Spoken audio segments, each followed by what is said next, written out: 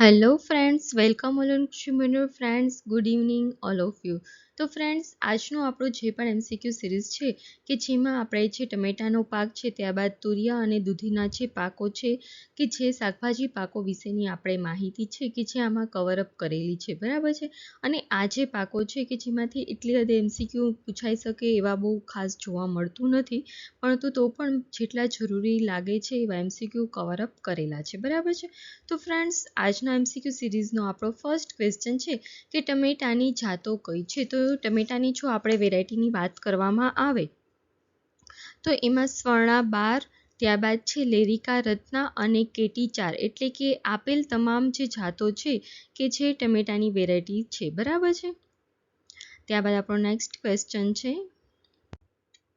ટમેટાના પાકમાં સુધારેલી જાતો માટે પ્રમાણિત બીજનું આંતરવિયોજન અંતર શું હોય છે? એટલે કે આંતરવિયોજન અંતર એટલે શું? મેં તમને ગઈકાલે પણ જણાવ્યું હતું કે જેને આપણે આઇસોલેશન ડિસ્ટન્સ તરીકે ઓળખીએ છીએ, બરાબર છે.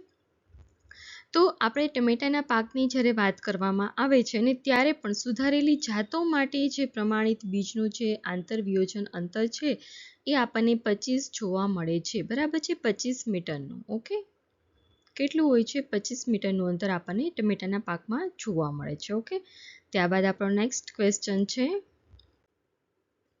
ટમેટાના વાવણી સમયે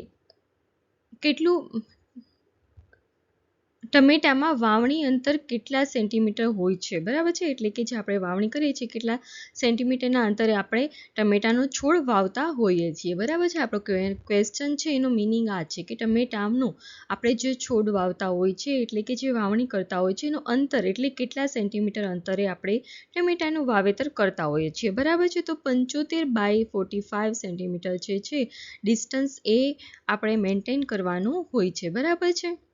ત્યારબાદ આપણો નેક્સ્ટ ક્વેશ્ચન છે, ટમેટાના પાકમાં વાવણી સમયે કેટલું ખાતર નાખવું જોઈએ? તો ટમેટાના પાકની જો આપણે વાત કરવામાં આવે તો જ્યારે આપણે વાવણી કરતા હોઈએ છીએ એ સમયે આપણે જે ખાતર નાખવું જોઈએ એમાં 75, 60, 60 એટલે કે એનપીકે, બરાબર છે. 75, 60 અને 60, બરાબર છે. રાસાયણિક ખાતર આ જે છે કે જેનો આપણે રેશિયો 75, 60, 60 હોય છે કે જે આપણે રાખવામાં આવતો હોય છે, બરાબર છે. ત્યારબાદ આપણો નેક્સ્ટ ક્વેશ્ચન છે, ટમેટાના પાકમાં વાવણી સમયે કેટલું છાણિયું ખાતર નાખવું જોઈએ? આપણે આગળનો જે ક્વેશ્ચન હતો કે જેમાં રાસાયણિક ખાતરની આપણે વાત કરી હતી, પરંતુ હવે આપણે વાત કરીશું છાણિયા ખાતરની, બરાબર છે. તો જો છાણિયું ખાતર હોય તો એ વધુ માત્રામાં આપણે નાખવું પડે, બરાબર છે. એટલે એનો આપણે યુનિટ આવશે ટન, અને જો રાસાયણિક ખાતર હશે તો શું હશે? તો કે કિલોગ્રામ પ્રતિ હેક્ટર હશે. ઓકે, રાસાયણિક ખાતર શું હશે? તો કે કિલોગ્રામ પ્રતિ હેક્ટર. ઓકે, અને છાણિયું ખાતર હશે એ ટનમાં આપવાનું હશે. તો આપણે અહીંયા વાત થઈ છે ટમેટાના પાકમાં છાણિયું ખાતર આપવાની, તો છાણિયું ખાતર 20 ટન આપવામાં આવે છે ટમેટાના છોડમાં, બરાબર છે. ત્યારબાદ આપણો નેક્સ્ટ ક્વેશ્ચન છે, દૂધીની જાતો કઈ કઈ છે, બરાબર છે. તો જો દૂધીની જાતોની વાત કરવામાં આવે તો પૂષા મેઘદૂત પણ છે અને પૂષા મંજરી, એટલે કે બંને દૂધીની જાતો છે. તો આપણો રાઈટ આન્સર આવશે આપેલ બંને, બરાબર છે. ત્યારબાદ આપણો નેક્સ્ટ ક્વેશ્ચન છે, તુરિયાની વેરાયટી કઈ છે? તો તુરિયાની વેરાયટીની જો આપણે વાત કરવામાં આવે તો પૂષા નાસદાર અને કો1, એટલે કે આપેલ બંને જે વેરાયટી છે કે જે તુરિયાની વેરાયટી છે, બરાબર છે. ત્યારબાદ આપણો નેક્સ્ટ ક્વેશ્ચન છે, દૂધીની સુધારેલી જાતો કઈ કઈ છે? તો જો દૂધીની આપણે સુધારેલી જાતોની વાત કરવામાં આવે, દૂધી કે જેને આપણે બોટલગાર્ડ તરીકે ઓળખતા હોઈએ છીએ, બરાબર છે. તો એની જે વેરાયટી છે દૂધીની, તો એમાં છે પૂષા સમર પ્રોલિફિક લોંગ, ત્યારબાદ છે સમર પ્રોલિફિક રાઉન્ડ અને જુનાગઢ ટેન્ડર, એટલે કે આપેલ તમામ જે વેરાયટી છે કે જે દૂધીની સુધારેલી વેરાયટી આપણને જોવા મળી છે, બરાબર છે. ત્યારબાદ આપણો નેક્સ્ટ ક્વેશ્ચન છે, દૂધીમાં કયા રોગ એટલે કે જે ઇરિસિફેસ સિકોરેસમ નામની જે ફૂગ છે કે એનાથી થતો આપણને જોવા મળે છે, બરાબર છે. તો આ કયો રોગ છે કે જે દૂધીમાં જોવા મળે છે અને આ જે ઇરિસિફે નામની જે ફૂગ છે એનાથી થાય છે. તો ભૂકી છારાનો જે રોગ છે એ આપણને જોવા મળે છે. બરાબર છે ને. ભૂકી છારાનો જ્યારે રોગ થતો હોય છે ત્યારે આપણને જે દૂધીના પાન હોય છે એમાં ઉપરની સાઈડ આપણને ફૂગ વળેલી સફેદ રંગની જોવા મળતી હોય છે. બરાબર છે. ત્યારબાદ આપણો નેક્સ્ટ ક્વેશ્ચન છે,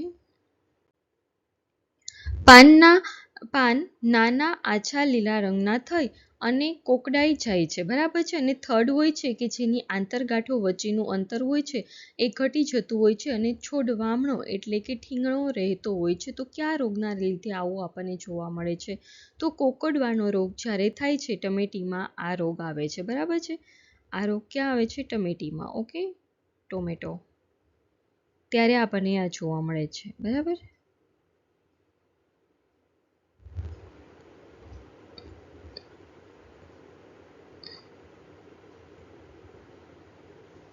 ટમેટાનો જે રોગ આવે છે ત્યારે આપણને પાન હોય છે એ નાના આછા લીલા રંગના થઈ અને કોકડાઈ જતા હોય છે. અને થર્ડ હોય છે એની આંતરગાંઠો વચ્ચેનું અંતર હોય છે એ ઘટતા છોડ વામણો થઈ જતો હોય છે કોકડવાનો રોગ આવવાના લીધે. બરાબર છે. ત્યારબાદ આપણો નેક્સ્ટ ક્વેશ્ચન છે,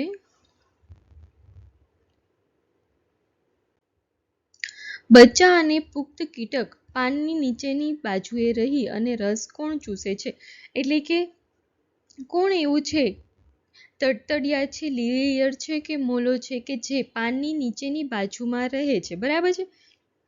એટલે કે પાનની નીચેની સપાટી ઉપર આ રહે છે અને રસ હોય છે, ચૂસતા હોય છે. તો કોણ એવું કરે છે? તો તડતડિયા એવું કરે છે. બરાબર છે. ત્યારબાદ આપણો નેક્સ્ટ ક્વેશ્ચન છે, ટમેટાના પાન તેમજ કુમળી ડાળીઓ પર રહી કોણ રસ ચૂસે છે? તો ટમેટાનું જે પાન હોય છે અને તેમજ કુમળી ડાળી ઉપર આપણને જોવા મળે છે એ કોણ છે? તો કે મોલો છે. બરાબર છે.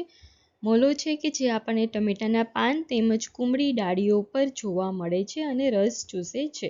પરંતુ જો નીચેની સપાટી આવે તો તડતડિયા આવે છે. બરાબર છે.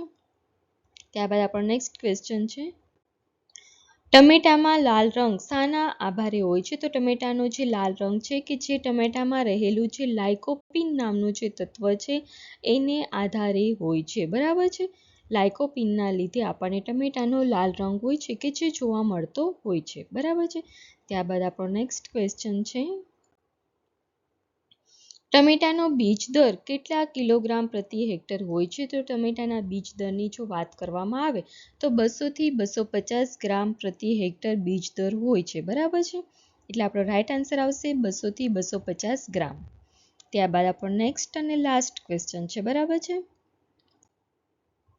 ટમેટાની જાત કઈ કઈ છે? તો જો ટમેટાની વેરાયટીની વાત કરવામાં આવે તો ગુજરાત ટમેટી 1, ગુજરાત ટમેટા 2, પૂસા રૂબી અને આપેલ તમામ. બરાબર છે. એટલે કે આ જે જાતો છે કે જે ટમેટાની જાતો છે. ઓકે. તો ફ્રેન્ડ્સ, આજની આપણી જે MCQ સિરીઝ છે કે જે અહીં પૂરી થાય છે. આપણે કાલે ફરી મળીશું નવા MCQ સાથે. પરંતુ ત્યાં સુધી તમે આપણી ચેનલ કૃષિ ભંડોળ છે કે જેને લાઈક કરો, શેર કરો અને સબસ્ક્રાઈબ કરો. ઓકે. અને હા, તમે લોકો જે મને ક્વેશ્ચન્સ કમેન્ટમાં કહેતા હોય છે કે મેડમ તમે હવામાન શાસ્ત્ર વિશેનો લેક્ચર લઈને આવો, વેજીટેબલ્સ ક્રોપનો લઈને આવો. તો બધું જ તમારી જે કમેન્ટ્સ છે કે જે મેં જોયેલી છે અને 1 બાય 1 એ બધા લેક્ચર આપણે આવી જશે. બરાબર છે. પરંતુ થોડો ટાઈમ સુધી જ આપણે હવે છે કે જ્યાં આપણને હરરોજ MCQ સિરીઝ જોવા મળશે. પછી ફરી પાછું આપણે પહેલાંની જેમ બીજા લેક્ચર્સ પણ આપણે લઈશું કે જેમાં ડિટેલ્સમાં આપણે કોઈ પણ ટોપિકને લગતું નોલેજ હશે કે જે મેળવશું. ઓકે. પરંતુ ફ્રેન્ડ્સ, ત્યાં સુધી તમે કોઓપરેટ કરો અમને અને આપણી જે MCQ સિરીઝ છે એને વધુ સારો એવો તમે રિસ્પોન્સ આપો. ઓકે. Thank you.